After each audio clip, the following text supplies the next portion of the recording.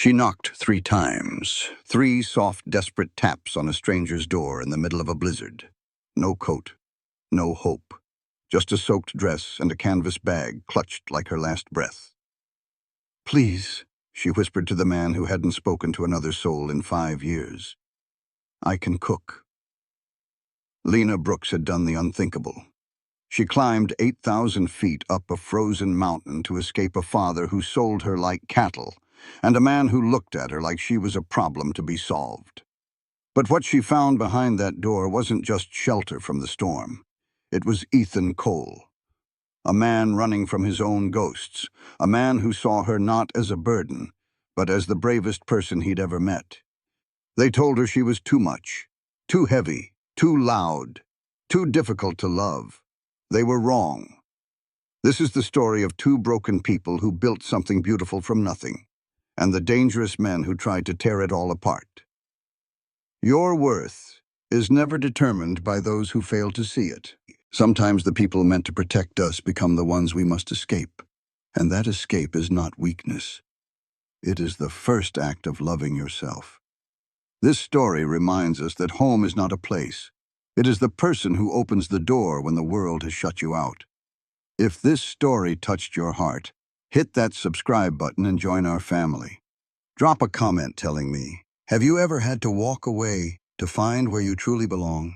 Share this with someone who needs to hear that their courage matters. And don't forget to like.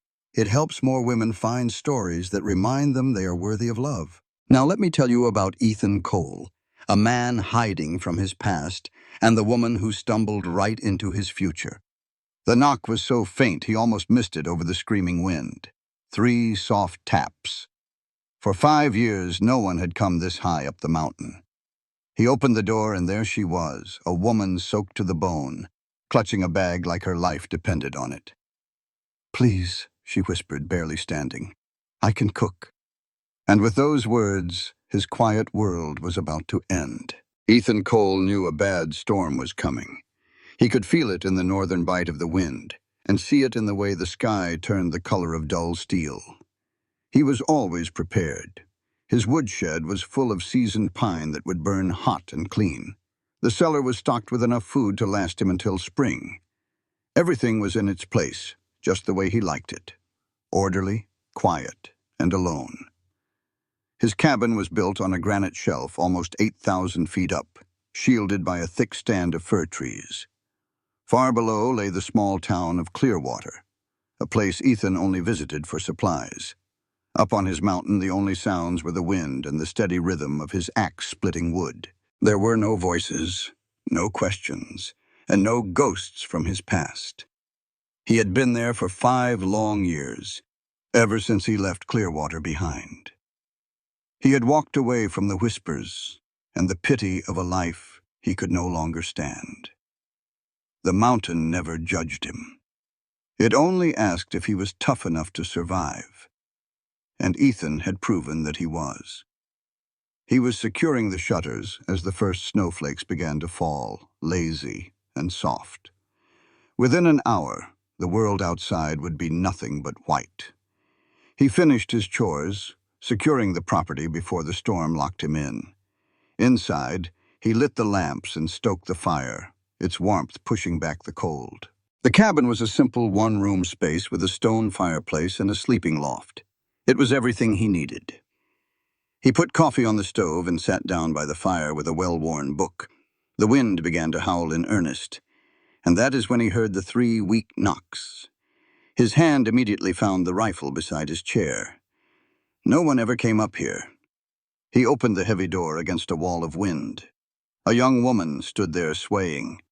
She looked to be in her mid-20s with dark hair stuck to her pale face. Her dress was thin and soaked, offering no protection from the brutal cold. Her hands, gripping a canvas bag, were shaking uncontrollably. "Please," she said, her voice cracking. "I can cook." Ethan could only stare, trying to understand what he was seeing. This woman should have frozen to death long before she reached his cabin. "Who are you?" he asked, his voice rough from not being used. "Lena Brooks." She swayed, and he reached out to steady her. Her skin felt like ice. "I'm sorry, I had nowhere else to go." "How did you get here?" he demanded. "I walked," she said, glancing back into the blizzard. "I started this morning. I thought I'd beat the storm." "You were wrong." His first instinct was to send her away, but he knew it was a death sentence. She would not last an hour out there. He stepped back from the door. "Get inside." She stumbled in, and he caught her just before she hit the floor. He kicked the door shut and helped her to the chair by the fire. "Sit," he ordered. She collapsed into it, her teeth chattering loudly. Ethan tossed a thick wool blanket around her shoulders. "What were you thinking?" he asked, adding more logs to the fire. "Coming up here alone in this weather?" "I wasn't thinking," she whispered. "I just had to get away." He looked at her then, really looked. He saw the faint, ugly bruises on her wrists. He saw the fear in her eyes, a deep exhaustion that he recognized all too well. It was the look of someone who had run out of places to hide. He poured a tin cup of hot coffee and pushed it into her trembling hands. "Drink this." She held the cup like it was a lifeline, the shaking slowly starting to calm down. Ethan leaned against the far wall, watching her. She kept her eyes on the fire. "You have a husband who's going to come looking for you?" he finally asked. She shook her head. "No family," she said with a humorless laugh. "Not anymore." "Someone will come looking for you when this storm clears," he pressed. "No," she said quietly but firmly. "They will not." There was a finality in her voice that told him not to ask any more questions. He pulled up another chair. "You said you can cook. Is that true?" She finally looked up at him, a flicker of pride in her eyes. "It is true. I am a very good cook."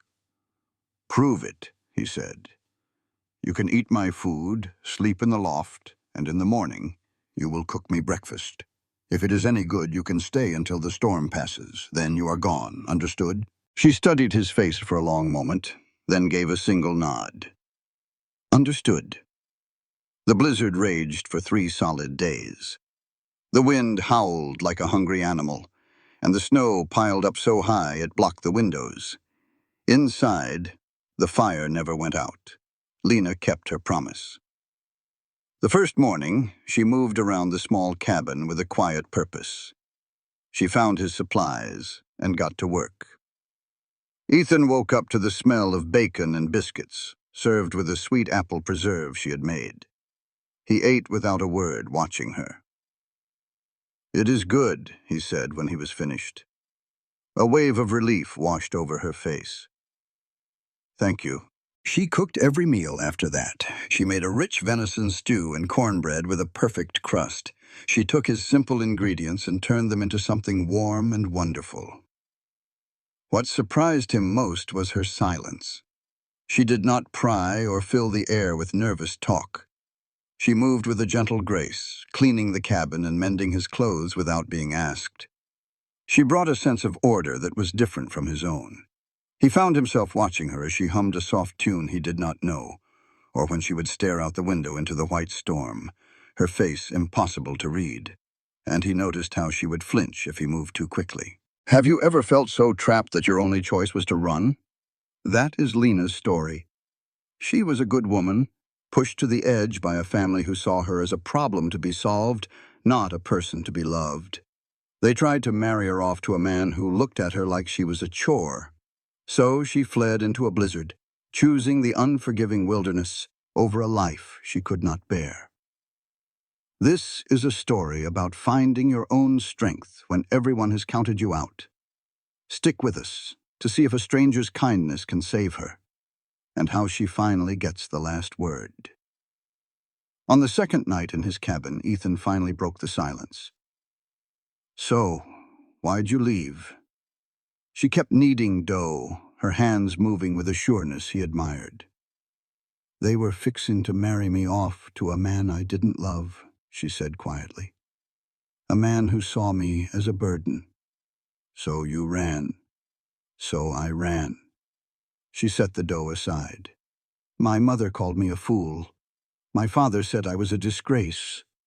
She wiped her hands on a cloth. Maybe they were right. No, they weren't. She looked up at him, surprised. No one should have to be grateful for that kind of cruelty, Ethan said, and he saw the first crack in the wall she had built around herself.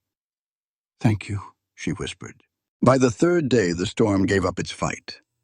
Ethan shoveled a path out into a world that was silent and white. Inside, Lena had coffee ready and a breakfast that could warm a man's soul. Eggs with wild onions, fried potatoes, and thick slices of toast with butter and jam.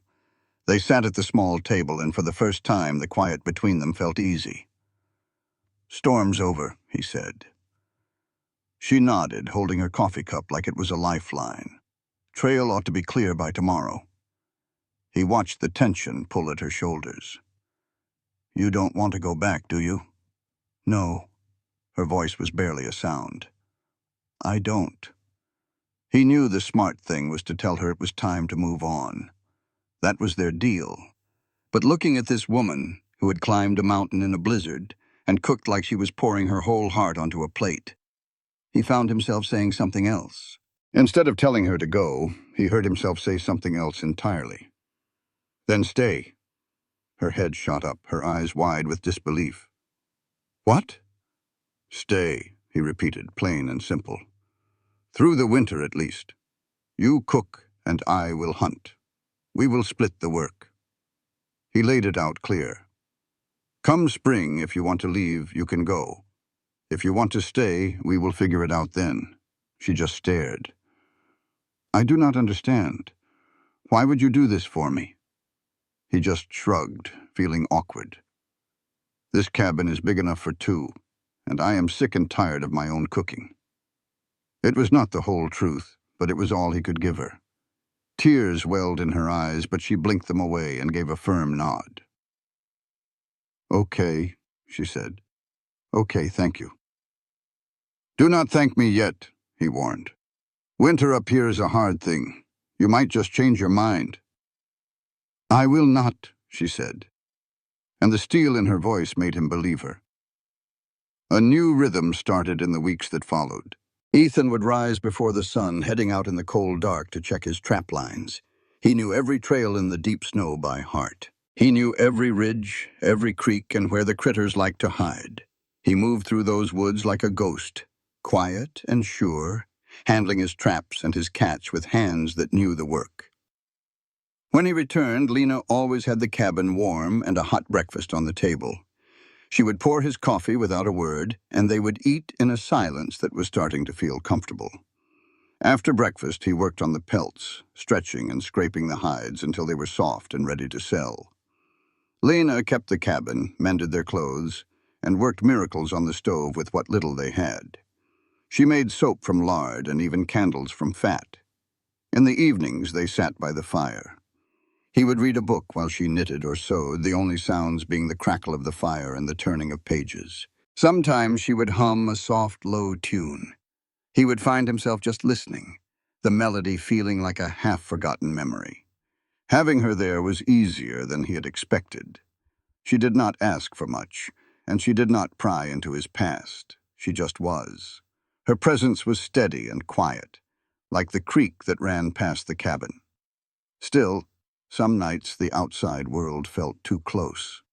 A pack of coyotes started howling up on the ridge one night, their voices making a lonely sound. Lena froze, her face turning pale in the firelight. It is just coyotes, Ethan said gently. They will not come near the cabin. She nodded, but he could see her hands were shaking. Are you afraid of them? He asked. No, she said, wrapping her arms around herself. It is just the sound. It reminds me of the night I ran away. He waited, letting her decide if she wanted to say more. I left after dark, she said in a quiet voice. I climbed out my window while my father was asleep. I could hear my mother crying in the kitchen. She stared deep into the flames. I walked toward the foothills and the coyotes were howling the whole way. I was sure they were going to find me. But they did not, he said. She gave a small, faint smile. No, they did not. "You are a whole lot braver than you think," he told her. She looked at him, surprised. "It takes real guts to walk away from everything you have ever known. Most folks do not have that in them." "Did you?" she asked softly. "Walk away?" He almost shut down like he always did, but her eyes were not judging. She looked like she understood. "Yeah," he said finally. "I did." "Why?" "Same reason as you, I suppose. I did not belong where I was, and I got tired of trying to pretend." She nodded, accepting his answer without another question. The coyotes howled again, closer this time, and she jumped. Without thinking, Ethan reached out and put his hand on her shoulder. It was a brief, simple touch meant to comfort. "You are safe here," he said. She looked up at him, and for a second something passed between them. Then she nodded, and he pulled his hand away. The moment was gone as quickly as it came. December brought a bitter cold. The sun was a stranger, rising late and leaving early. But Ethan's trap lines were doing well, bringing in mink, beaver, and even a few prime wolf pelts. Lena had completely transformed the cabin. Dried herbs hung from the ceiling, making the air smell of sage and thyme. Braided rugs she made covered the cold floors. The shelves were neat and full of preserves, with a care he had not shown in a long while. The cabin was starting to feel like a proper home, though he would never say it out loud. One morning, Lena stood at the doorway with a worried look. "What is it?" he asked. "There is a man outside." Ethan went quiet. "What do you mean, a man?" "He has been at the edge of the woods for the last 10 minutes, just watching us." Ethan grabbed his rifle and stepped onto the porch. A figure was standing among the trees. When Ethan raised the rifle, the man showed his empty hands. It turned out to be Tom Rafferty, a trapper from the south. Ethan knew him. "Rafferty," he said, lowering the gun just a little. "What are you doing this far up?" "Just checking my trap lines," Tom answered, his gaze drifting to the cabin. "Well, I'll be. Seeing smoke from your chimney is a real surprise. I figured you'd be down in town for the winter. Not this year, I can see that." Tom's eyes drifted past him to the cabin door, where Lena stood watching with her arms crossed. "Got yourself some company?" "That's my business, not yours." Tom just grinned. "Fair enough, friend. Just came to say howdy. It has been 2 weeks since I've seen another person." Ethan stepped down from the porch, placing himself squarely between Tom and the cabin. "Do you need something, or are you just here to make small talk?" "Easy there, Cole. I am not looking for trouble." Tom shifted his pack. "I just thought you ought to know. There is talk back in town. Folks are saying a woman disappeared right when that first big storm rolled in. Her family, the Brooks, have been asking questions." Ethan's jaw went tight. "What kind of questions?" "The kind that suggest she just ran off. Some reckon she is gone for good. Others think she is hiding out with some fella who wants to stay hidden." Tom looked him dead in the eye. "You would not know anything about that, would you?" "Nope." Tom held his gaze for a moment, then gave a slow nod. "All right, then. Just wanted you to be aware." He started to walk away, but then stopped. "For what it is worth, Cole, whatever you have going on up here is your own affair. But that Brooks family, they are not the type to let things go. They hold a grudge, something fierce. I appreciate the heads up." Tom tipped his hat and vanished back into the woods, the sound of his boots crunching in the snow fading away. Ethan stood there a long while, staring into the trees. Finally, he went back inside. Lena was right where he left her face pale as a ghost. "They are searching for me," she said in a small voice. "Sounds that way. I have to go. I cannot bring this trouble to your door. You are not going anywhere." The words came out hard, so he softened his voice. "Not in this winter. Not with people looking for you who might do Lord knows what if they caught you alone out there." He set his rifle down and walked over to her. "But Lena," his face was serious, "you are staying right here. We will sort out the rest come spring. Until then, you are safe in this cabin. You understand me?" She looked into his eyes, fear and hope battling within her. At last she nodded. Okay. Good. He walked over to the stove where the coffee was brewing. Now, let us get some food in us. I am about to starve. She offered a weak smile and went back to the stove, her hands shaking just a little as she grabbed the skillet. Outside, the wind howled, whipping snow into dancing funnels. Winter was here to stay, and Ethan knew the hardest days were still ahead. For now, though, the cabin was warm, the food was stocked, and Lena was safe.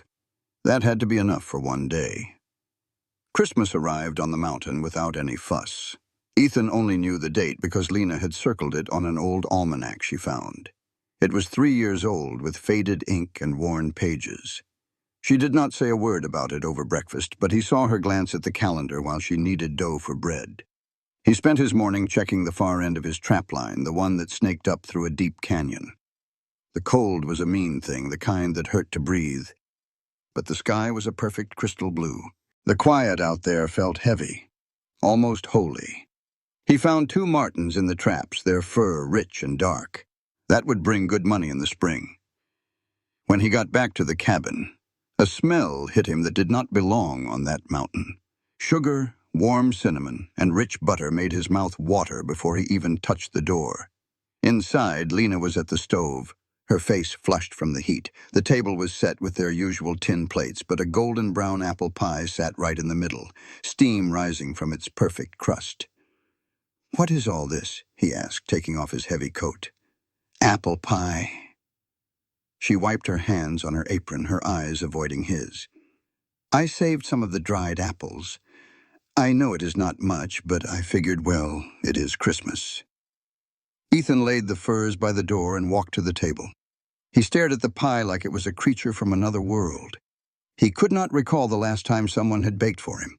He could not remember Christmas being anything other than just another day to get through.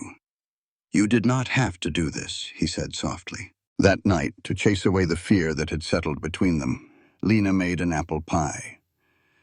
"My mother used to make pie every Christmas," she said, her smile a little wistful. "It was the one day she would let me help without finding fault in everything I did." He took a bite, and it was perfect. It tasted like a memory he had forgotten he missed. "It is real good, Lena," he said. Her smile was genuine this time. When they finished, he stopped her from clearing the plates. "Wait here." He climbed to the loft and came back with a small box. Inside was a delicate carved wooden bird. "My father used to make these," he told her. "This one is for you, to remind you that you are not a burden. You are the one who was brave enough to fly away." Tears welled in her eyes, but this time she let them fall. In that quiet cabin with the snow falling outside, Lena finally knew she was home.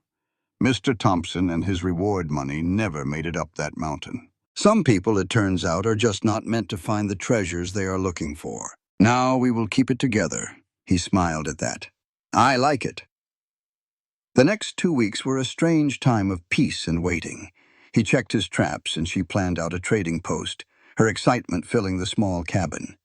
But underneath it all, they were watching, waiting for Carson to make a move. He never did. The mountain stayed silent. 2 weeks after the fight, the weather turned warm and the snow began to melt. Ethan and Lena packed what they needed and headed for town, both riding on his horse. Clearwater watched them come. Some people stared and whispered, while others gave them a respectful nod. Her touch was warm. Then she pulled away, wiping at her eyes and laughing a little. "I am being silly." "No, you are not." They looked at each other for a long moment, a silent understanding passing between them. It was gratitude, but it was something more, too. The feeling made his chest feel tight. The moment was broken when she stood up and started humming a familiar tune while she cleared the table. As Ethan watched her for the first time in 5 long years, this mountain felt less like a prison and more like a choice. January brought the wolves. Ethan knew they were around, of course. He would hear them howling at night and find their tracks near his traps. But they had always kept their distance. That changed on one bitter, cold morning. He found 3 of his traps completely destroyed, torn apart with a desperate kind of violence. He spent 2 days tracking them through the deep snow. He finally found their den tucked into some rocks on a high ridge. There were 5 of them, lean and starving. The deep snow had made their usual prey hard to find, so his trap lines were an easy meal. The smart thing to do would have been to shoot them. He probably should have. But something made him hesitate. Maybe it was the fierce look in the mother's yellow eyes as she stood guard. Or maybe it was the memory of what it feels like to be hungry with nowhere else to turn. So he just moved his traps farther south, out of their way. It cost him a lot of time and work, but when he told Lena about it, she gave him a smile that made it all feel right. "You are not as hard as you let on, Ethan Cole," she said. "Do not go spreading that around." Who would I tell? The trees. He could not help but smile back. Fair point. But the wolves were not the only danger stirring. In late January, Tom showed up with news that could get them both killed. He stood dripping snow on the floorboards, his gaze fixed on Lena. Her family had hired a man to drag her back. A fella named Carson, a former lawman fired for being too rough. Now he finds people who stay hidden. Ethan's voice was low. What does he know? Not much, Tom said, but he's asking around about who lives up in these hills. Sooner or later, someone's going to say your name. How long we got? Tom met his stare. Could be days, could be hours. You got to figure out your next move, Cole, because that man ain't going to take no for an answer. When the door closed, the silence in the cabin was heavy. I have to go, Lena said, her voice barely a whisper. Tonight, before he gets here. And go where? Ethan turned from the window. You got a safe place to go? Anyone who will take you in? I will find something. You will freeze solid before you get 10 miles down this mountain. Then what should I do? She cried, fear making her voice sharp. I will not be the reason you get hurt. I am not letting you go. He walked right up to her, his face set like stone. Not out there alone. Not on my watch. He did not have a plan yet. But looking at her, this woman who survived the mountain in a blizzard, who had made his lonely cabin feel like a home, he knew one thing for sure. He would not let anyone lay a hand on her. We will handle this, he said. Together. She looked deep into his eyes, and the fear in her finally started to fade. Okay, she whispered. Together. The days that followed were filled with a quiet dread. Ethan kept his rifle within arm's reach. Lena jumped at every creak of the floorboards. But Carson never came. Not that week or the next. Little by little, the fear loosened its grip. They settled back into a rhythm. He worked his trap lines, never going too far from the cabin. She made the little space warm and full of life. They would sit by the fire at night, the silence comfortable between them. It was on one of those cold February nights that Lena finally told him everything. She put down her sewing and just stared into the fire. His name was Gerald Pritchard, she said softly. The man I was supposed to marry. Gerald was a widower, 53 years old. He owned the biggest store in town. My father owed him a whole lot of money. Gerald told him he would forget the debt if I agreed to marry him. My mother said it was a godsend. She said he was a good man for overlooking my shortcomings. Your weight, Ethan said, his voice flat. That and other things, she said with a sad smile. I was never pretty enough. Never quiet enough. For my whole life, I was always too much of one thing and not enough of another. Gerald looked at me like I was a bill he was paying. He told my father I needed to lose some weight before the wedding, said he wouldn't be laughed at for marrying a heavy woman. The handle of Ethan's knife creaked in his grip. And your father went along with that? He did more than that. He cut my food in half, locked up the pantry. He told me I was lucky any man would even look at me. I tried to be what they wanted, I really did. But one night I just couldn't take it anymore. So I ran. Good for you, Ethan said. She looked over at him, surprised. Most people would call me selfish. They would say I should have saved my family from that debt. Most people are fools. He set his knife down and leaned toward her. You do not owe anyone your life, Lena. Not them, not anybody. They will never forgive me for leaving. Then they are not worth forgiving. She just stared at him for a long moment. A great weight seemed to lift off her shoulders. For the first time, someone saw her choice not as selfish, but as survival. Thank you, she said, her voice soft. He just nodded and went back to his knife, but he could feel her watching him. He could feel her gratitude in the warm air of the cabin. Later that night, long after Lena had gone to bed, Ethan sat by the fire. He thought about the bruises he had seen on her wrists when she first arrived. He thought about how she moved so carefully, always trying to make herself smaller. He thought about his own reasons for hiding away on this mountain. He had told himself it was better to be alone. It was safer. But now, sitting in the home Lena had made, listening to the sound of her breathing from the loft above, he was not so sure. He had always thought being alone meant peace. As he banked the fire for the night, he had a sinking feeling that when she left in the spring, that same quiet was just going to feel like loss. March came, but the cold held on tight. The sun was stronger, but the snow was deep. Ethan's pelts were piling up, ready for a trip to town. He needed supplies, flour, coffee, salt, things they could not live without. But the thought of leaving Lena by herself, even for 2 days, made his gut twist. She brought it up one morning. You have to go to town soon, she said. The flour is almost gone.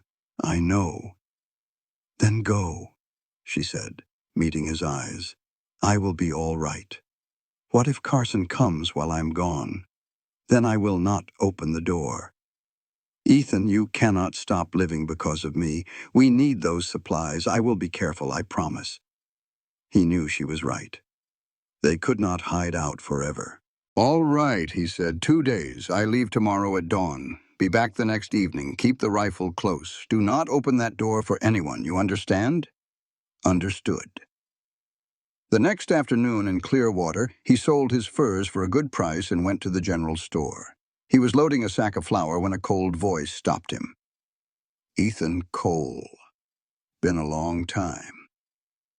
He turned around slowly.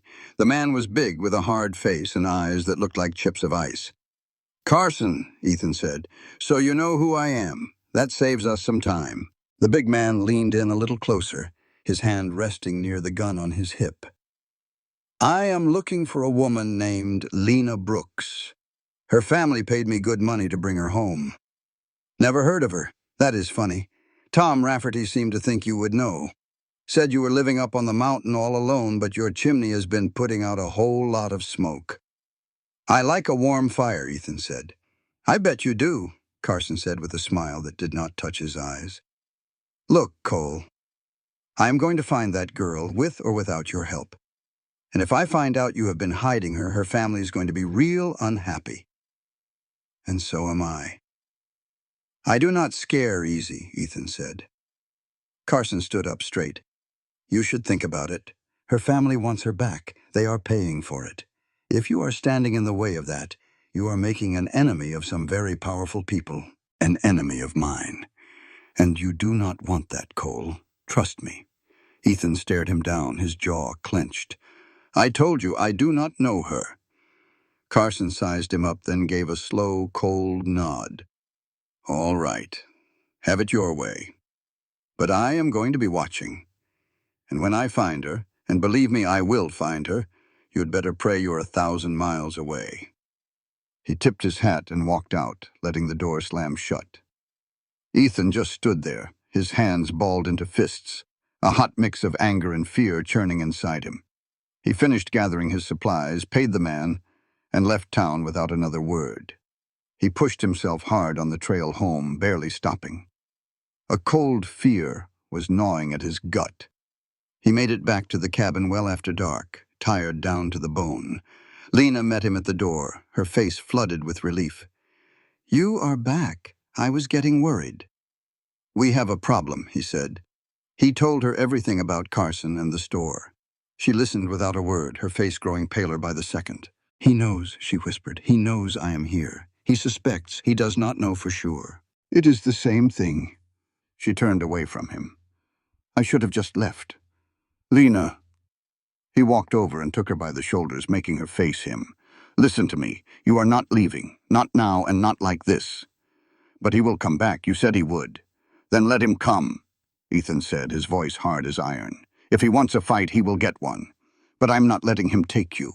Do you hear me? She stared at him, her eyes searching his. Why? She whispered. Why are you doing this? You do not owe me a thing. Maybe not, he said, holding her gaze. But you are not some problem that needs solving, Lena. You are not a burden. And I will be damned if I let some thug drag you back to a life you ran away from. A tear rolled down her cheek. She reached up and covered his hands with her own. I do not know what I did to deserve you, she said, her voice breaking. You did not have to do anything, he said. And then he let her go, stepping back. Ready for? Come on, let's get some supper. We can worry about the rest tomorrow. She just nodded, drying her eyes as they fell back into their quiet evening routine. But that peace they had found felt thin now, with the knowledge that Carson was out there, watching. Ethan knew he would come, and when he did, this mountain would test them like never before. Looking at Lena across the table, her hands steady as she served the stew, he knew one thing for certain. He would not let her face it alone. Carson appeared on a Tuesday, 3 days after Ethan went to town. The sky was gray, promising more snow. Ethan was splitting wood when he heard the crunch of hooves on frozen ground. He dropped the axe, grabbed his rifle, and moved to the front of the cabin. 2 horses came out of the trees. Carson was on a big bay, and next to him was a man Ethan knew right away, Harold Brooks, Lena's father. He looked older now, his face hard and his eyes cold. Ethan stepped onto the porch, holding the rifle easy but ready. He heard Lena gasp inside. Stay put, he called to her. Don't you come out. Carson pulled his horse up at the edge of the clearing. Morning, Cole, he said, his voice slick as oil. Got a nice quiet place up here. What is your business? I reckon you know my business, Carson said, nodding toward Harold. Mr. Brooks is looking for his daughter. I got a feeling she's in that cabin. Your feeling is wrong, Harold Brooks leaned forward. Lena, if you are in there, you come out now. This has gone on long enough. Silence from the cabin. Ethan kept his eyes locked on Carson, who never moved his hand far from his gun. She is not here, Ethan said plainly. Then you will not mind if we have a look around, Carson answered. He started to get off his horse, and Ethan lifted the rifle, aiming it square at his chest. I mind. Carson froze, his eyes narrowing. That is a bold play, Cole. Are you sure about this?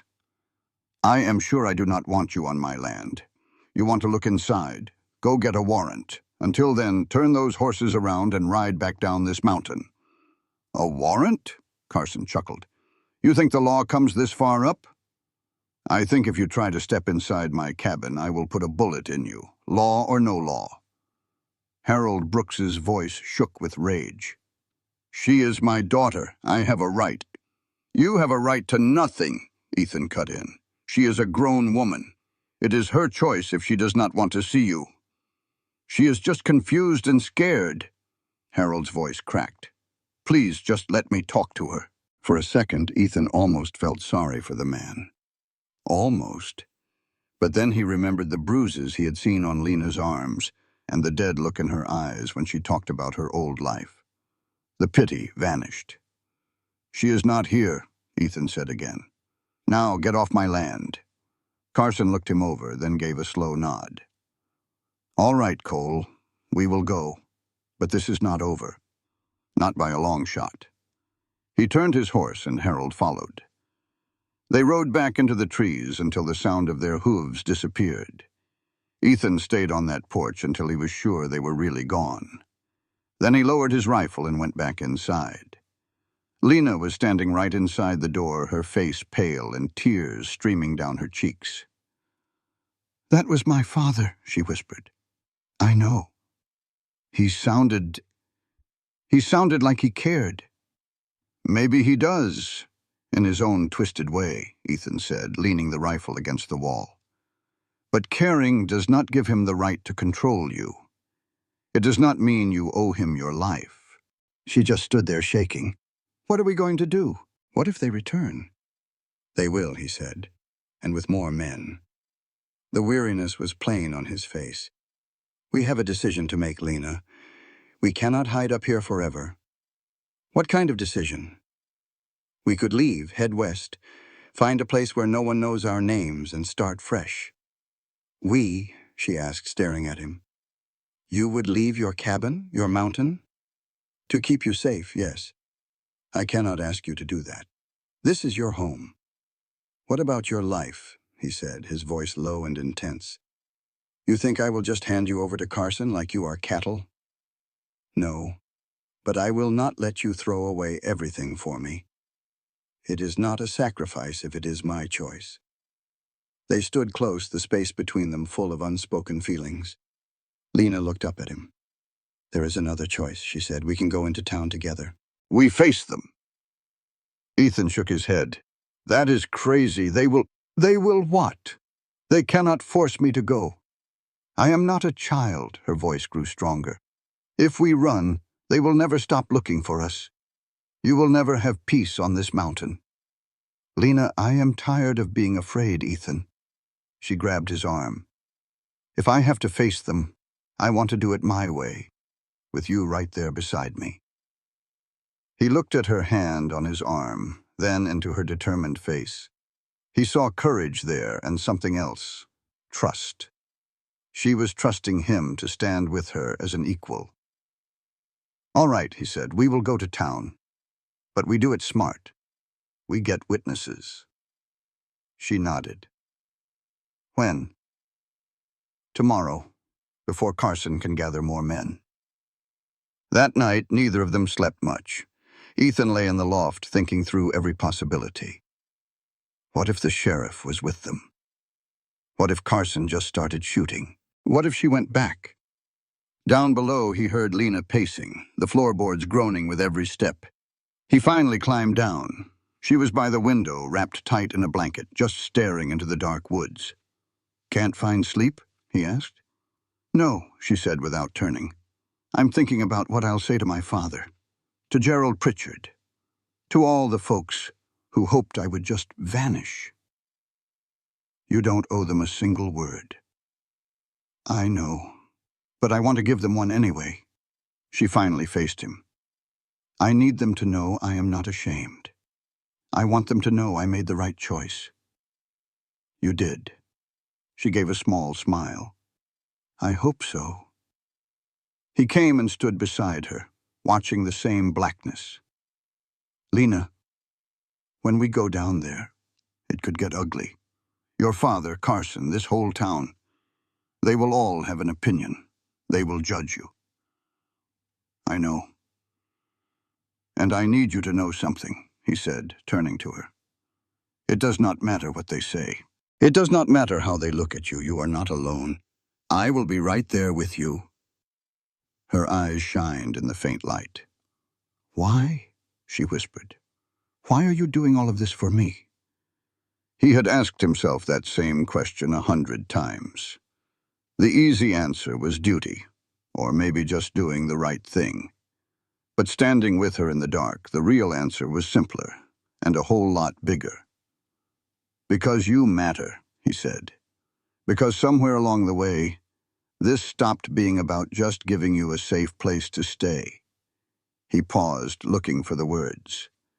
It became about wanting you to have the life you ought to have, and wanting to be in that life, if you would have me. She gasped. Ethan, I am not saying this to push you, he said quickly. Come spring, you might want to leave. Start over somewhere new. If you choose that, I will help you. But I need you to know that you are not a burden. You never were. He stopped, the next words feeling too large for his mouth. I am what? She whispered. You are the reason this old cabin feels like a home again. She looked at him for a long moment. Then she did something that surprised them both. She stepped forward and wrapped her arms around him, burying her face in his chest. He stood frozen for a second, then his arms came up and held her tight. They just stood there for a long while, breathing. When she finally pulled away, her eyes were wet, but her smile was true. "Thank you," she said, "for everything." He just nodded. He climbed back to the loft, but the weight on his chest felt different now. It was not fear, it was hope. They left at first light. Ethan carried his rifle and tucked a pistol in his belt under his coat. Lena wore her best dress, the one she had arrived in, now cleaned and mended. She tied her hair back with a ribbon she had made. She looked nervous, but her jaw was set hard. The trail down the mountain was quiet. They heard nothing but their own boots crunching in the snow. Ethan kept his eyes on the trees, watching for Carson or Harold. But they saw no one. By noon, they could see the town of Clearwater. It had grown. New buildings stood on the east side. People filled the main street, going about their business. But when Ethan and Lena walked into town, heads turned. Conversations died. Whispers followed them like a cold wind. Ethan kept his hand near his pistol. Lena walked with her head held high, meeting every stare. They went straight to the general store, the same place Ethan had faced Carson. The owner, a thin fella named Weber, looked up, and his eyes got wide. "Cole! Miss Brooks!" He looked at the door like he expected trouble. "Does your father know you are here?" "He will soon," Lena said, her voice steady. "I need to make a public statement. Is there a place we can gather folks?" Weber blinked. "A statement?" "That is right." She put her hands on the counter. "I want everyone in this town to hear what I have to say. The church, I suppose, or the town hall. Miss Brooks, I do not think—" "This is not a request, Mr. Weber," she said, calm but firm. "I need a place to speak. Can you help me?" Weber looked from her to Ethan, then gave a slow nod. "The town hall. Give me an hour to spread the word." "Thank you." They left and waited by the creek at the edge of town. Lena paced back and forth, her hands opening and closing. "You do not have to do this," he said softly. "Yes, I do." She stopped and looked at him. "If I do not, I will spend my whole life wondering if I was brave enough. I need to know that I was." He nodded. "Then I am with you." An hour later, the town hall was full. It seemed most of Clearwater was there, packed into the wooden building. Ethan and Lena stood at the front. Harold Brooks sat right in the front row, his face like stone. Next to him was Gerald Pritchard, a heavy man with mean little eyes. Carson was leaning against the back wall, just watching. Lena stepped forward, and the room went quiet. "My name is Lena Brooks," she started, her voice strong. "Most of you know me. I am here to tell you why I left this town and why I am not coming back." A low murmur went through the crowd. Harold started to get up, but Ethan stepped next to Lena, his hand on his gun, and Harold sat back down. "I left because my own father sold me," Lena said. "He owed Mr. Pritchard money, and he decided the best way to pay his debt was to marry me off against my will." She looked straight at her father. "He told me I should be thankful, that I was lucky." "Lena, that is not—" Harold started, but she cut him right off. "It is the truth," her voice rising. "And Mr. Pritchard, he agreed to it. He told my father I would need to lose weight before the wedding. Said he would not be laughed at for marrying a large woman.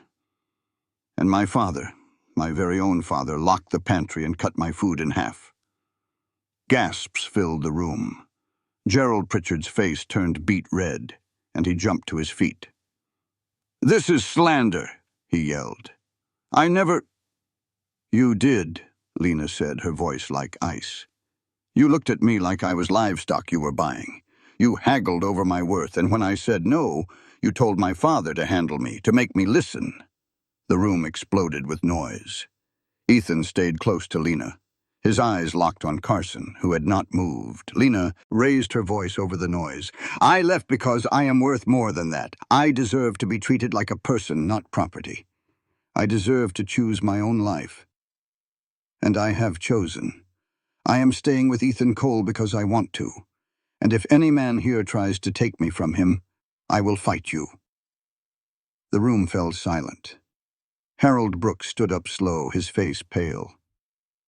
"Lena," he said, "you are my daughter. I was trying to give you a future." "A future?" Lena's voice cracked. "You were trying to erase me. But I am not ashamed of who I am, and I will not let you make me feel that way ever again." Harold just stared at her. For a second, Ethan saw something like regret in the man's eyes. Then his face hardened. "You are making a mistake," Harold said. "No," Lena answered. "I am making a choice, and it is mine to make." She turned and walked to the door. Ethan followed, his hand never leaving his pistol. The crowd split to let them pass. They stepped out into the cold air. Behind them, the town hall erupted again. Ethan did not look back. He just watched Lena, who was walking tall and proud. "You did it," he said once they were clear. "I did," she said, stopping to look back. Then she looked at him and smiled, a real smile that lit up her face. "Free." They started back up the mountain trail. Halfway up, Ethan heard a horse coming fast. He turned, his hand grabbing his gun, but it was just Tom Rafferty. "Cole," Tom said, pulling his horse to a stop. "You two need to get a move on. Carson is gathering men. He is not letting this go." "How many?" "4, maybe 5. They will be on this trail in an hour." Ethan's jaw tightened. "Let them come."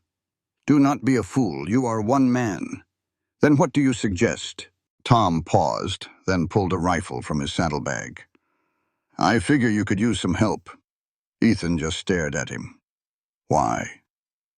"Because what she said about being treated like a person, about getting to choose, that meant something. And I'm tired of men like Carson thinking they can just take what they want." Tom handed him the rifle.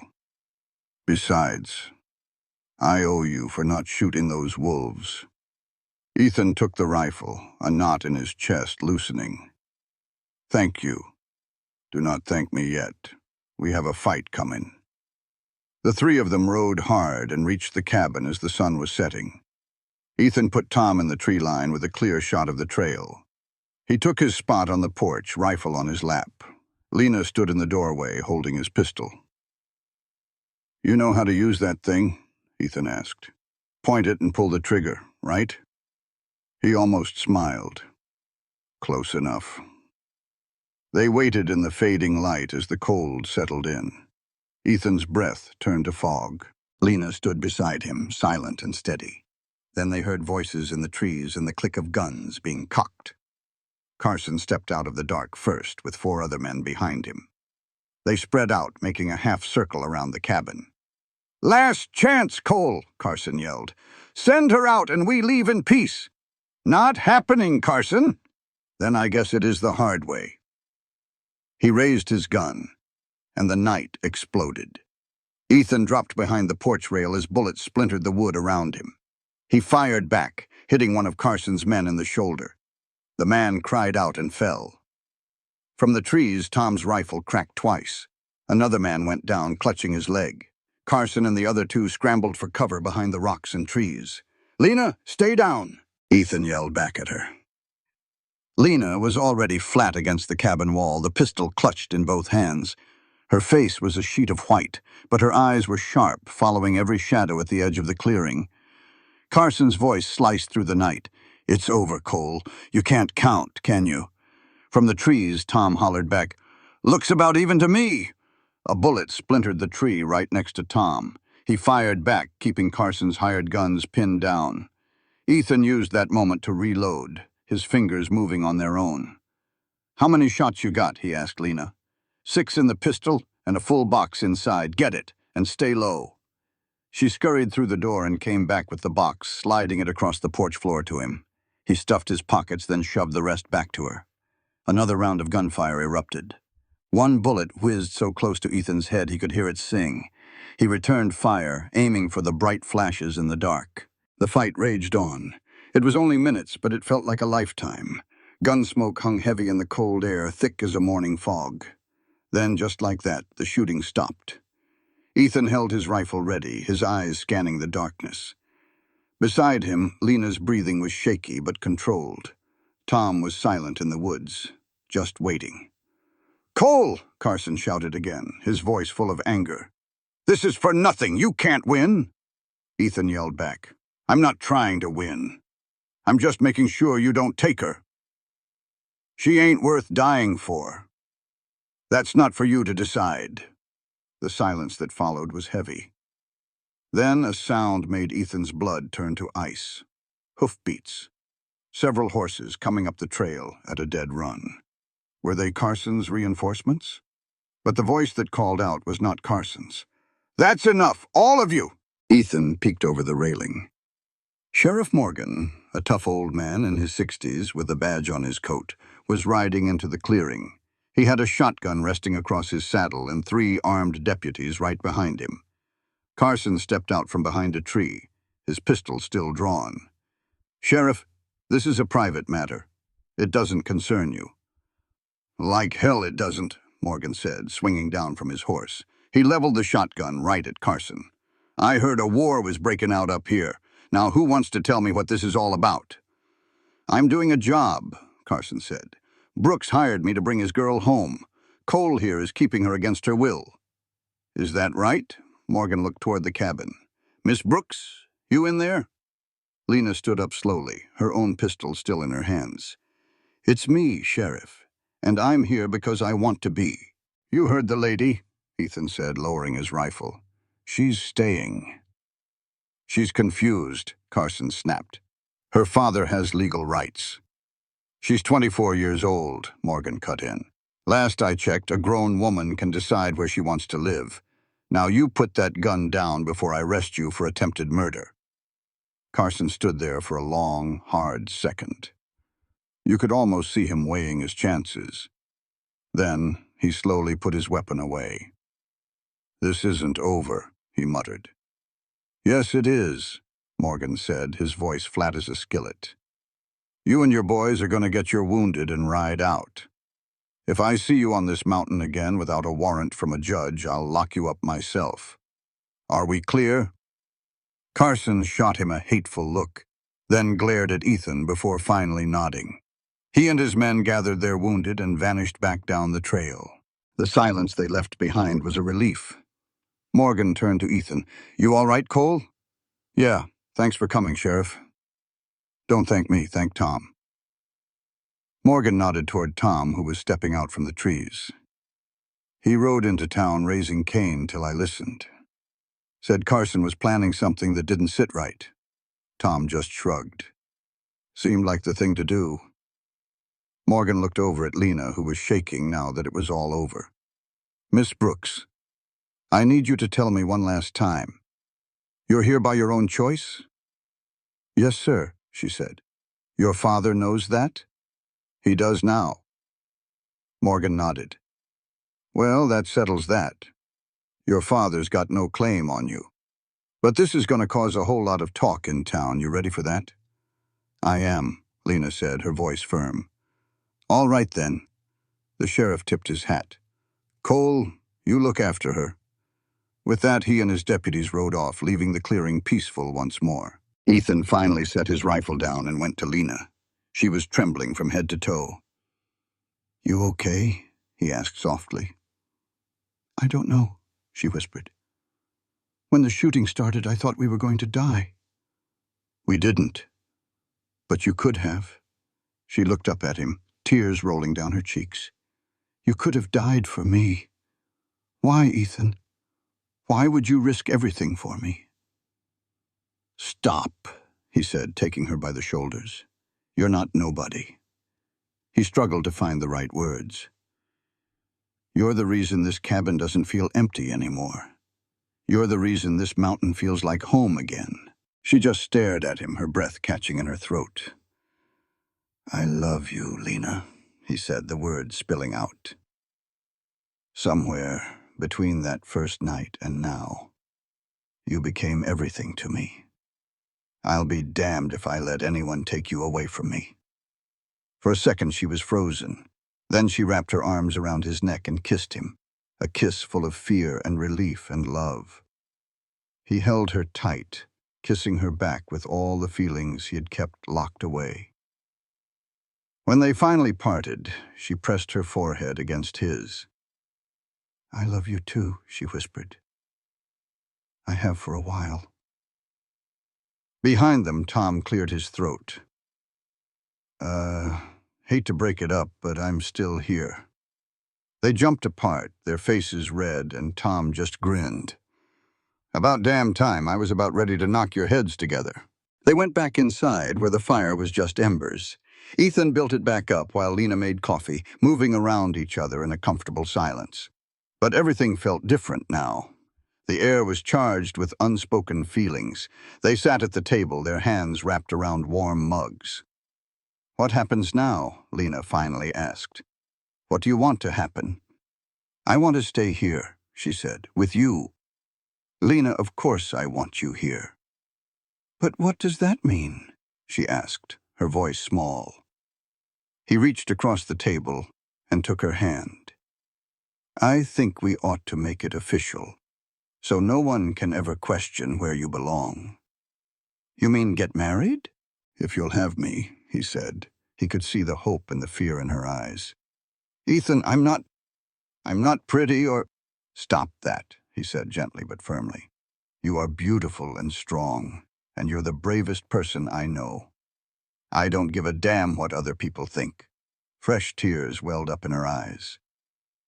"Yes," she whispered. "Yes, I'll marry you." He stood and pulled her into his arms, holding her close. She buried her face in his chest. "We'll do it proper," he said. "Go to town and have the sheriff witness it. Make it legal so nobody can ever try to tear us apart again." "When?" "As soon as the weather breaks." "I'm scared," she admitted. "Me too," he said. "But we'll do it together." They stood there for a long time, holding on to each other in the warm glow of the fire. The troubles of the world finally shut out. "I have an idea," she said. "What is it?" "I want to open a place right here. A trading post or maybe a little inn for travelers. Somewhere folks can get a hot meal and rest up." She looked around their small cabin. "We have the room. We could build onto it. I could finally cook for people, the way I always dreamed." Ethan thought about it. The trail would only get busier with new settlements opening up to the west. "It could work," he said slowly. "We would need to build a separate cabin for guests and get more supplies." "I have some money saved," she said. "Not a lot, but enough to get us started." "Then let's do it," he said, squeezing her hand. "Come spring, we will start building. By summer, we will have the best trading post in these mountains." She beamed, looking more beautiful than he had ever seen her. "The Mountain Keeper's Post." "The what?" "That is what we will call it, because you have kept this mountain safe for so long." "Well, now, we'll make a go of it," he said with a grin. "I surely do like the sound of that." Those next 2 weeks were a strange mix, part plain old living and part holding your breath. The weather stayed sharp and cold, so Ethan went back to running his trap lines. Lena, she stayed busy sketching out all her big ideas for their trading post. They would talk long after the sun went down about everything they were going to need. They talked about tables, chairs, a real wood stove, and even beds for weary travelers. Her excitement was the kind of thing a person could catch, like a summer cold. But underneath all that good talk, there was a tightness they both felt. They were waiting to see if Carson would show his face again, or if Harold Brooks would try some other low-down trick. It felt like they were just waiting for the other boot to drop. But it never did. The mountain stayed quiet, and after a while that tight feeling started to loosen its grip. About a fortnight after the trouble, a warm Chinook wind blew in. The snow started melting for good, leaving muddy trails and brown grass in its place. Ethan and Lena packed what they needed, climbed up on Ethan's horse together, and headed for Clearwater. The town met them with all kinds of looks. Some people just gawked and whispered. Others gave a respectful nod. And a few folks even offered a genuine smile. Went right to the church. Sheriff Morgan was waiting for them with a Bible and Tom Rafferty, who was grinning like a fool. The service was very brief. Morgan read the words, Ethan and Lena made their vows, and Tom surprised them with a simple gold ring. When it was over, the sheriff smiled. By the power of the territory, I pronounce you man and wife. Ethan kissed his bride, and she held onto his hand like she might never let go. Congratulations, the sheriff said. You've given this town something to talk about for years. They walked through town holding hands. People watched, but no one bothered them. At the general store, even Verber smiled and sold them supplies at a discount. As they loaded the horse, a voice called out, Lena. She turned to see Harold Brooks standing nearby, holding his hat. Harold's hands trembled and his face was a road map of regret. The silence stretched out between them. I need to apologize, he finally said, his voice raspy. What I did, trying to force your hand, it was just plain wrong. I thought I was secure in your future, but all I did was cause you pain. Lena's expression gave nothing away. Why are you saying this now? She asked. He looked down at the hat he was twisting in his hands. Because of what you said in that town hall, about being treated like a person, about having the right to choose your own path. You were right. I was wrong. I am truly sorry. Lena was quiet for a long moment. Then she gave a slow, deliberate nod. Thank you. That means a whole lot. When he asked for forgiveness, she shook her head. Not yet. Maybe one day, but not today. Harold's shoulders slumped in defeat. I understand. He put his hat back on and walked away, each step heavier than the last. Ethan turned to Lena. You all right? She squeezed his hand. Yeah, she said, I am now. They got on the horse and rode back up into the mountains, watching the town shrink behind them. The trail was muddy, but they made it home by sundown.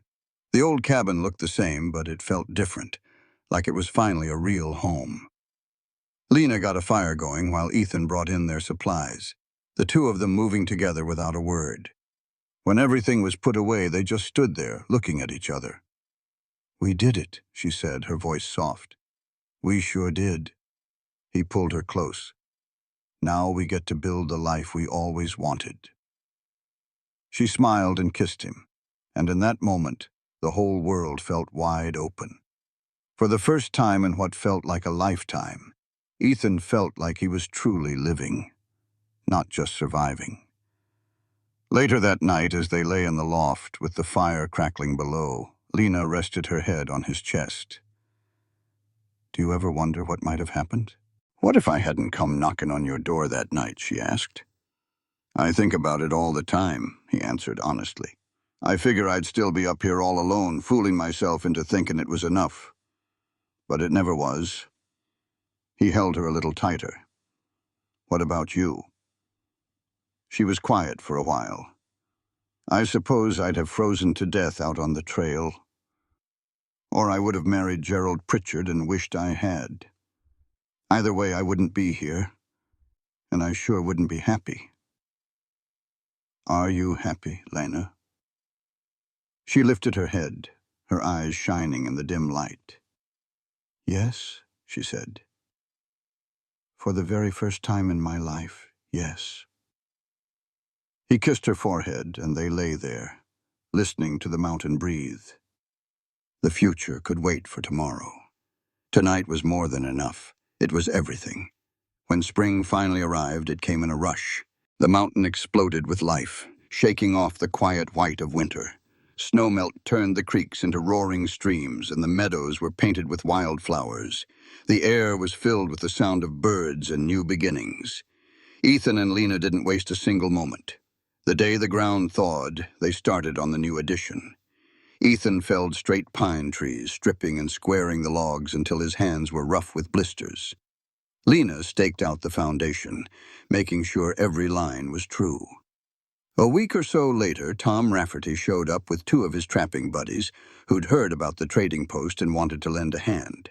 The five of them worked from sunup to sundown, raising the walls and notching the logs with the kind of care that keeps a man alive in the mountains. The building took shape fast, a long structure attached to the cabin with a big kitchen on one end and 4 small rooms for guests on the other. Ethan built a massive stone fireplace right in the center, hauling the rocks himself. Lena sewed curtains and put up shelves. She even ordered a huge cast-iron stove from Clearwater that took all 5 men to wrestle into place. The work was bone-tired hard, but there was a deep satisfaction in it, in building a future with their own 2 hands. At night, they'd lie awake and plan. "Nobody gets turned away just for how they look," Lena said one night, her voice firm. "If they can pay, they eat. If they can't, they eat anyway. We'll make it work." Ethan pointed out that was a good way to go broke. "Maybe," she said, looking right at him. "But it's the right way. I know what it's like to be judged without saying a word. I won't do that to another soul." He kissed her. "Then we won't." By June, they hung a sign over the door, "The Mountain's Keeper." Inside, the place was spotless, with polished wood floors and the warm smell of baking bread and coffee hanging in the air.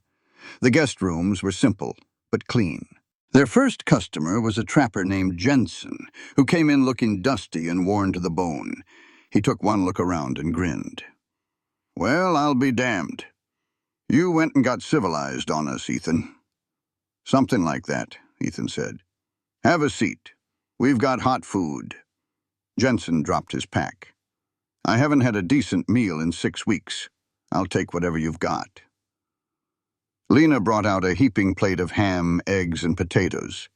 Jensen stared at it like it was a treasure. "Ma'am," he said, "if this tastes half as good as it looks, I'm telling every man I meet about this place." "It tastes better," she said with a small smile. He took one bite and his eyes went wide. "Sweet mercy. Where did you learn to cook like this?" Lena just said, "Practice. Holler if you need anything else." Jensen ate 2 plates, paid more than they asked, and promised to spread the word, and he did. 2 days later, 3 more trappers showed up, followed by a family heading out west. Word traveled fast. By the middle of July, they were serving folks every single day, and the guest rooms were rarely empty. Lena cooked from dawn till dusk, thriving on the hard work and the gratitude of the travelers. Ethan handled the hunting and managed the guests, and he found he didn't mind the company. Most folks were good people, just thankful for a safe place to rest their heads. The ones who weren't, the ones who looked at Lena with a judging eye, learned quickly to mind their manners. One hot July evening, a fancy hired buggy pulled up carrying a sour-faced couple. The man was big around the middle and had greedy eyes, while the woman looked like she'd been sucking on a lemon. They marched into the trading post with their noses in the air, looking down on the whole place. The man didn't even bother to look at Lena. He just asked Ethan, "Is this it?" Ethan nodded. "This is it," the man scoffed. "We were told there was a proper hotel up here." "Well," Ethan said, his voice level, "it's clean, the food is good, and the beds are free of critters. If that ain't proper enough, the next town is a 6-hour ride back the way you came." The woman sniffed. "I suppose we'll manage. We need 2 rooms." "Got 1 room left," Ethan told them. The man's face turned red. "1? That's not acceptable." "Then I reckon you're heading back to town," Ethan said plainly. After a long, hard stare, the man gave in. "Fine. 1 room. And we expect dinner right now." "Dinner's at 6 o'clock, Ethan said. "It is now 5:30. You can wait with everyone else." They took a table in the corner, looking miserable as sin. When Lena served their plates, piled high just like everybody else's, the woman peered at it. "Don't you have something lighter? Something for a more refined taste?" Lena just kept her sweet smile. "This is what's for supper. If you don't care for it, I can get you some bread and cheese." "How quaint," the woman muttered, but she ate every last bite on her plate. Later, while Ethan was wiping down tables, he heard angry voices coming from the hallway. He stepped closer to listen. It was the husband, talking low and mean. "It's ridiculous, a woman of her size thinking she can run a business, and that husband of hers is some kind of mountain hermit." Ethan didn't bother knocking. He just opened their door. The couple jumped, startled. "You got a problem with my wife?" Ethan asked, his voice dangerously quiet. The man started to stammer. "No, we were just—" "I think you did," Ethan said, stepping into the room. "Let me tell you something. My wife is the finest cook in these mountains and the kindest soul I've ever met. She's worked harder in one day than you have in your entire life. If you can't show her some respect, then you ain't welcome under my roof." The man's jaw worked for a moment before he gave a stiff nod. "Understood." "Good," Ethan said. "Breakfast is at 7. You can eat, and then you can get out." He shut the door and went back to the main room. Lena was standing there, her eyes shining with tears she wouldn't let fall. "You heard that?" he asked gently. She walked right up and threw her arms around his waist. "Thank you." "No need to thank me for speaking the truth," he said, holding her close. "Still," she said, looking up at him, "it meant the world to me." The couple was gone before the sun was fully up, and nobody was sad to see them go. "Good riddance," one of the miners grumbled. Another fellow with his family nodded. "We wanted to say this is the best food we've had in months. You two should be mighty proud of what you've built here." Lena's smile was as bright as a sunrise. As the summer went on, word got around about the trading post. Folks knew they'd get a hot meal, a clean bed, and a fair shake from Ethan and Lena. Their place became a landmark, known for being tough but fair, welcoming to all good people. By August, they had saved up enough to make some improvements. Ethan built a proper bathhouse with water piped down from a mountain spring. Lena got a bigger kitchen. They even hired a local woman named Sarah to help out when things got busy. Then, one afternoon, Tom Rafferty rode in with some news. "Carson's dead," he said straight out. "Got himself in a saloon brawl down in Denver." Ethan took that in. It wasn't sadness he felt, but it wasn't joy either. Just a quiet, weary relief. "What about Harold Brooks?" he asked. "Still in town. Mostly keeps to himself," Tom said. "Your father-in-law hasn't made a peep. Far as I can tell, you and Lena are in the clear." Lena sat down, her hands around a coffee cup. "It's really over," she whispered. "Looks that way," Tom confirmed. She looked over at Ethan, her eyes filled with a relief so deep it was like a prayer being answered. That night, with the guests asleep and the fire burning low, they sat on the porch and watched the stars pop out. The air had a cool hint of fall in it. "Do you ever miss how quiet it was?" Lena asked softly. He thought about the man he used to be, all alone in his cabin. "No," he said. "I thought I wanted to be alone. But I was just hiding. I know the difference now between being alone and being lonely. And I know which one I'd rather not be." He took her hand. "This place, what we've built, it's better than anything I ever could have dreamed up, even with all the people." "Especially with all the people?" she teased. He smiled. "Turns out I'm not much of a hermit after all." She laughed and rested her head on his shoulder. "I'm glad. I don't think I could go back to being alone now." Then September brought a hard frost and a visitor they never expected. Harold Brooks rode up one Tuesday, looking like he'd been through a long, hard trial. He got off his horse slow, like every bone in his body ached. He just stood at the edge of the clearing, unsure of his welcome. Ethan saw him from the porch. He almost reached for his rifle out of habit, but something about the way Harold stood there, all slumped and defeated, made him wait. "Mr. Brooks," Ethan said, his voice even. "Cole," Harold said, taking a small step forward. "I know I'm the last person you want to see. I was just hoping I could talk to Lena, if she'll see me." Lena had heard his voice and came to the door. She saw her father and froze. "Papa," she said, her voice a quiet whisper. "Lena," Harold's own voice cracked. "I came because I need to." He struggled to find the words. "Please, can we just talk?" She glanced at Ethan, who gave her a slight nod. The choice was hers, always. "All right," she said. "Come inside. I'll put on some coffee." They sat at a table in the empty room. Ethan stayed close, just in case. Harold stared into his cup for a long time. "Your mother's sick," he finally said. "The doctor says maybe 6 months left." Lena went pale. "She's been asking for you, Lena. Every single day. She wants to see you before—" He couldn't finish. For a long time, Lena was silent. Ethan could see the war on her face, the anger, the hurt, the love, all fighting each other.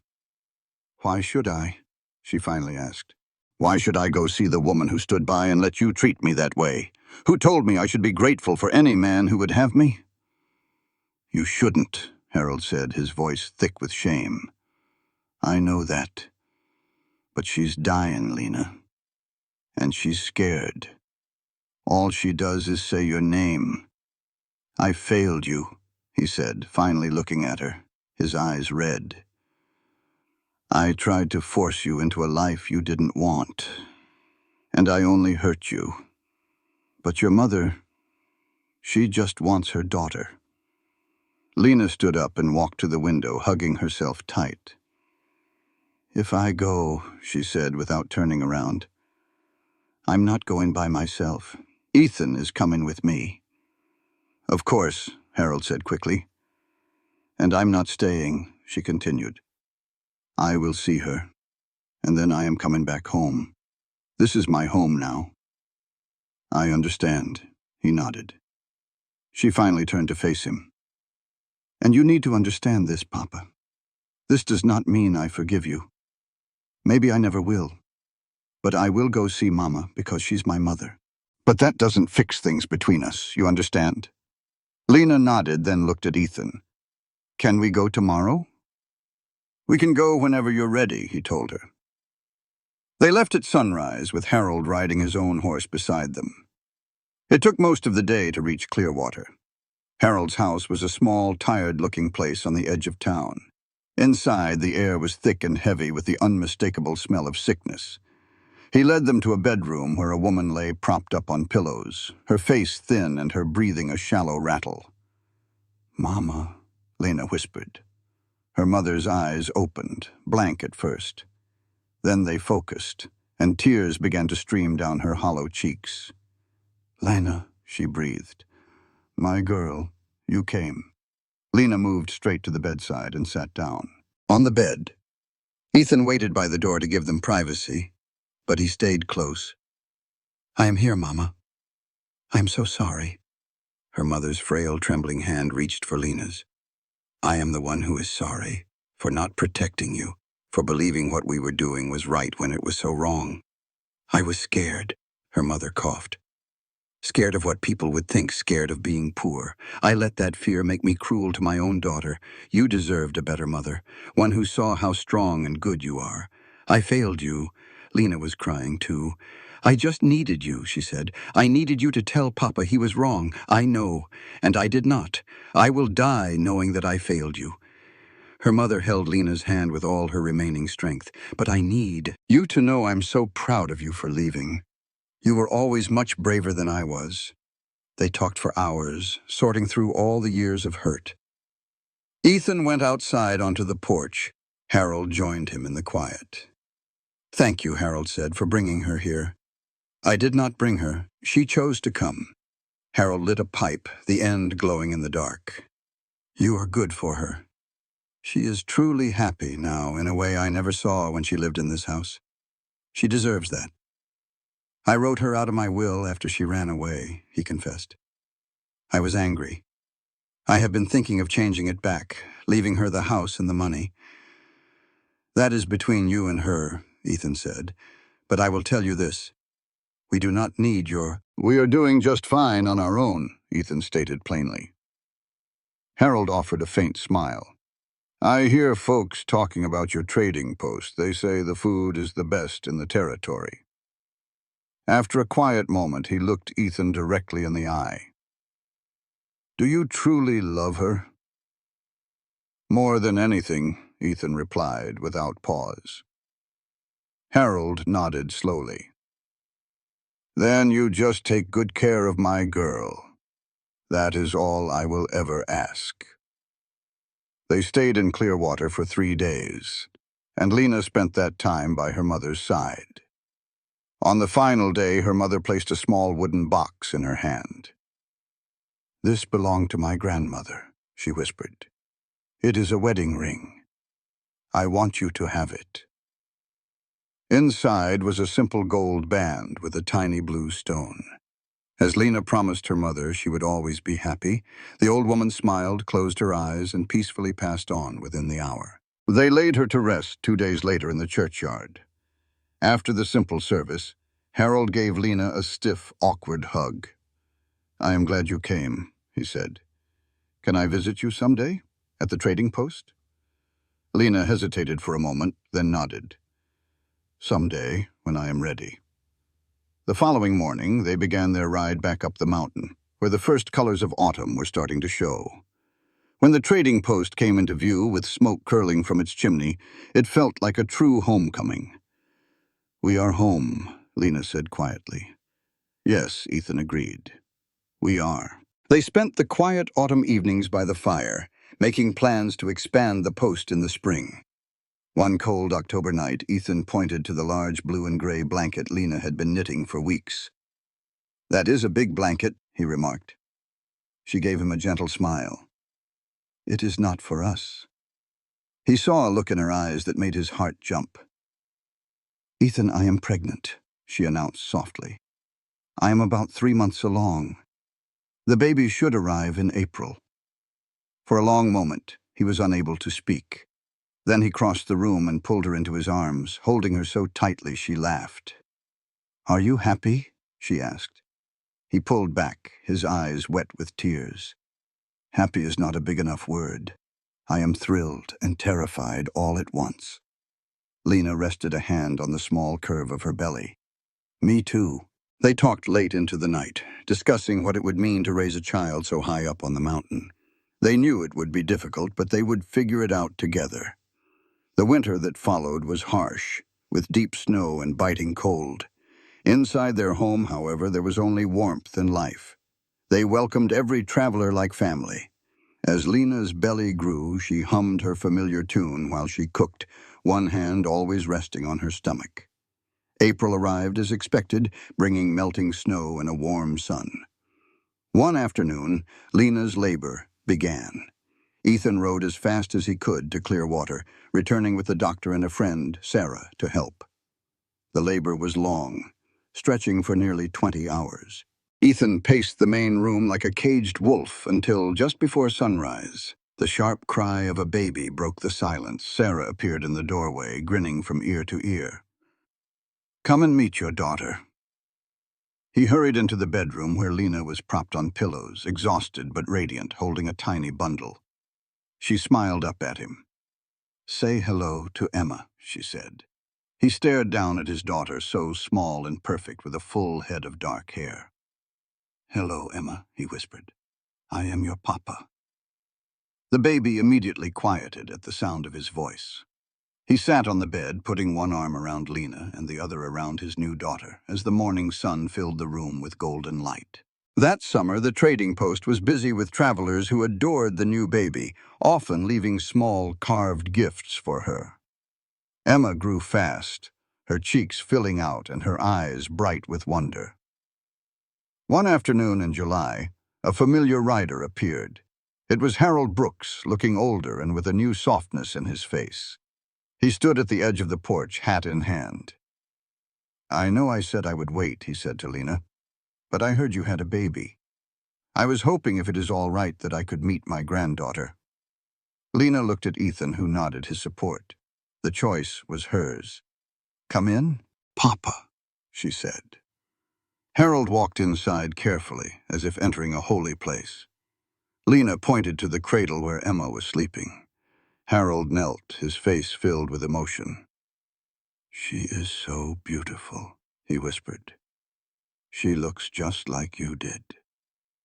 When Lena asked if he wanted to hold her, he looked up in surprise. "May I?" he asked. Lena gently lifted the sleeping baby and placed her in Harold's arms. He held her with an awkward care, his eyes never leaving her face. "Hello, little one," he murmured. "I am your grandfather, and I promise I will do better by you than I did by your mama." Watching them, Lena felt a wound that had been open for years finally begin to heal.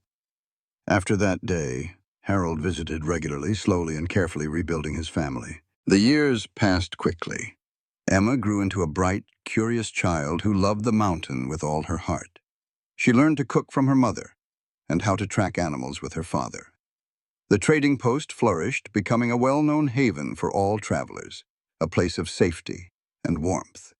Lena's cooking became so famous that people would plan their journeys just to stop for one of her meals. They expanded their business, hiring 2 more people to help manage the steady stream of guests. Ethan discovered that while he still loved the quiet of the forest, he loved coming home to his family even more. He was no longer the hermit he had been. Years after that first night, Ethan and Lena stood together on the porch, watching the sunset paint the mountains gold and purple. Their daughter, Emma, played in the clearing, and the low murmur of happy guests drifted from inside. "Do you ever wonder what would have happened if I had not knocked on your door that night?" Lena asked. Ethan pulled her close, thinking of the full life they had built from nothing. "No," he said, his voice full of certainty. "I do not wonder anymore. All of this is exactly where we were always meant to be." She smiled and leaned into his embrace as they watched the last of the sun disappear behind the peaks. The big, wild mountain wrapped around them. Somewhere in the dark woods, a lone wolf howled. It was not a threat, but a song. It was a reminder that living was more than just getting by. It was about choosing to build something real with a person who truly sees you and decides to stay. Later that night, long after Emma was asleep and the fire was just glowing embers, Ethan and Lena lay together. She whispered in the dark, "Thank you." He asked, "For what?" "For opening the door," she said. "For letting me in when everyone else just looked right through me." He turned and gently touched her face. "Thank you for being brave enough to knock. You showed me that being alone is not the same thing as being safe." She gave him a soft, slow kiss, and then she smiled. "We did good, didn't we?" He pulled her closer. "Yeah," he said. "We sure did." And that truth held steady through all the years that followed. They saw more winters and more springs, more tough times and more good ones. They watched Emma grow up, and they welcomed 2 more children into their family. The trading post became something bigger, a true haven on the mountain. Their life was not perfect, but it was real. It was not easy, but they earned it. It was not given, but chosen. Right there on that mountain, surrounded by the forest and the sky, Ethan and Lena Cole found everything they had ever been looking for. They found home. They found family. They found a steady, enduring love that was worth every single risk they had taken to find it.